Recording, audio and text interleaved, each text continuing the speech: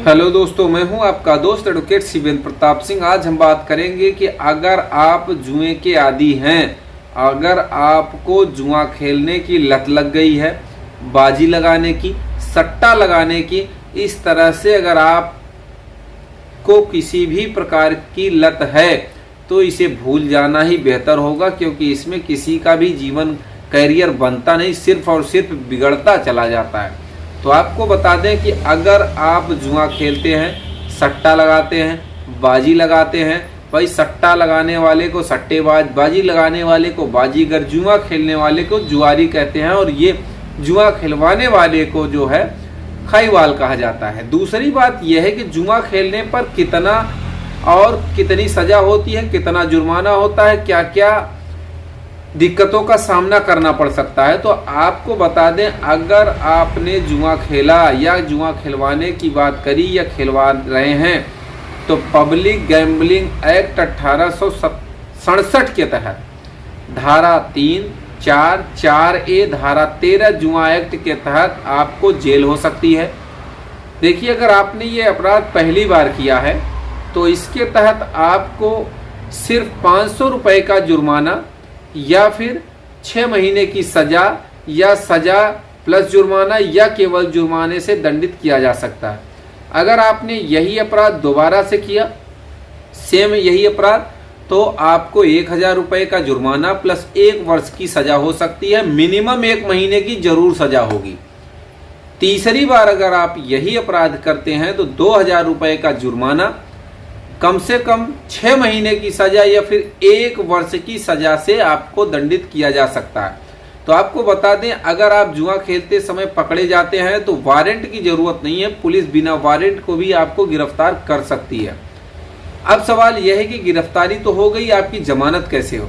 तो जुआ खेलने वाले अगर आप पकड़े जाते हैं, पुलिस आपको पकड़ के ले जाती है, तो जमानतदार आप बुला लीजिए, 2 जमानती या 1 जमानती लेकर पुलिस वहीं थाने से ही छोड़ देगी, क्योंकि जो इसमें धारा में प्रोविजन है 7 साल से, पहली बात तो कम की सजा है। दूसरी बात ये जमानती अपराध है, इसलिए पुलिस जो है वहीं पे मुचलका भर के आपको छोड़ देगी, थाने से ही छोड़ देगी। अब एक ज़बरदस्त सवाल है कि अगर जुआ का मुकदमा हो गया, आप जुआ एक्ट का केस आप लड़ रहे हैं, तो कैसे समाप्त होता है? देखिए, जुआ एक्ट में अगर आप फंस गए हैं, आप ख़त्म कराना चाहते हैं, तो जब भी आप जुआ एक्ट का मुकदमा फेस कर रहे हैं, आप उस मुकदमे को सीधे लोक अदालत में लगवाइए। लोक अदालत में जुर्माना करा के एक बार में उसे समाप्त किया जा सकता है। तीसरा और ज़बरदस्त लोगों का ये सवाल होता है कि जुआ खेलते समय जो माल बरामदगी की गई है, जो वस्तुएं पकड़ी गई हैं, जो यंत्र बरामद किए गए हैं, या जो कैश बरामद किया गया है, जैसे कि मोबाइल हो गया, लैपटॉप हो गया, या टेलीविज़न, जो भी सामग्री बरामद की गई है, उसे क्या आप वापस ले सकते हैं? तो आपको बता दें कि इस तरह से कोई भी सामान अगर आपके पास से बरामद हुआ है तो उसको आपको वापस नहीं किया जाएगा, उसे बेचकर उसकी रकम को सरकारी खाते में जमा किया जाएगा, और जो कैश बरामद हुआ है उसे भी सरकारी खाते में जमा कर दिया जाता है। कुछ लोगों का कहना है कि साहब, मैं जुआ खेल ही नहीं रहा था, मैं वहाँ खड़ा था। तो अगर आप चाहे जुआ खेल रहे हों या खिलवा रहे हों या वहाँ खड़े होकर तमाशा देख रहे हों, आप उतने ही बड़े अपराधी हैं जितना खेलने वाला। भाई, आप जुआ खेल नहीं रहे थे तो वहाँ कर क्या रहे थे? पुलिस ये थोड़ी समझेगी कि भाई आप जुआ नहीं खेल रहे थे। एक सबसे ज़बरदस्त सवाल ये है कि क्या दीपावली के समय में जुआ खेलने के लिए अलाउ होता है, परमिशन दी जाती है? ऐसा बिल्कुल भी नहीं है। पब्लिक गैम्बलिंग एक्ट के तहत आप ये अपराध चाहे दीपावली समय में हो या बिना किसी त्यौहार के समय में, जब भी ये काम करेंगे आप, तो ये आप अपराधी माने जाएंगे। कहीं कोई माफ़ नहीं होता है। चाहे आप पब्लिक प्लेस पे खेलें, किसी अपने घर में खेलें, फार्म हाउस पे खेलें, किसी कार में, वाहन में खेलें, या फिर जहाज़ पे खेलें, कहीं भी होटल में खेलें, कहीं भी अगर आप ये काम करते हुए पकड़े जाते, ये अपराध करते पकड़े जाते हैं, तो आपको जो हमने संबंधित सज़ा बताया, वो सज़ा के तहत आपको जेल हो सकती है या जुर्माना हो सकती है।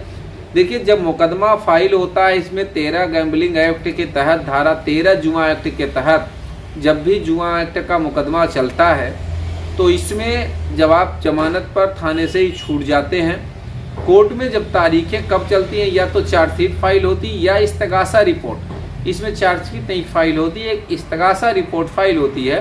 तो जब आपको डेट पे बुलाया जाता, सीधे आप लोक अदालत में मुकदमा लगवाइए और सीधे आप मुकदमे को ख़त्म करा सकते हैं। इसमें कोई दो राय नहीं है, सिर्फ जुर्माने के तहत आसानी से ख़त्म। लेकिन ध्यान रखें, ऐसा नहीं कि इसमें कम जुर्माना है या सज़ा कम है या ना के बराबर या सज़ा नहीं होती है तो आप ये अपराध करें। ध्यान रखें, किसी भी व्यक्ति को कोई भी, चाहे वो अपराध छोटा हो या बड़ा हो, कभी भी किसी अपराध में तल्लीन संलग्न नहीं होना चाहिए। किसी भी तरह का अपराध किसी भी व्यक्ति को नहीं शोभनीय है, नहीं शोभा देता है, और ना ही किसी व्यक्ति को कोई भी अपराध किया जाना चाहिए उसके द्वारा। तो उम्मीद करता हूँ, आशा करता हूँ आज की जानकारी आपको बेहद पसंद आई होगी। अगर जानकारी पसंद आई तो वीडियो को लाइक करें, शेयर करें, YouTube channel Shivendra high court को जरूर सब्सक्राइब करें।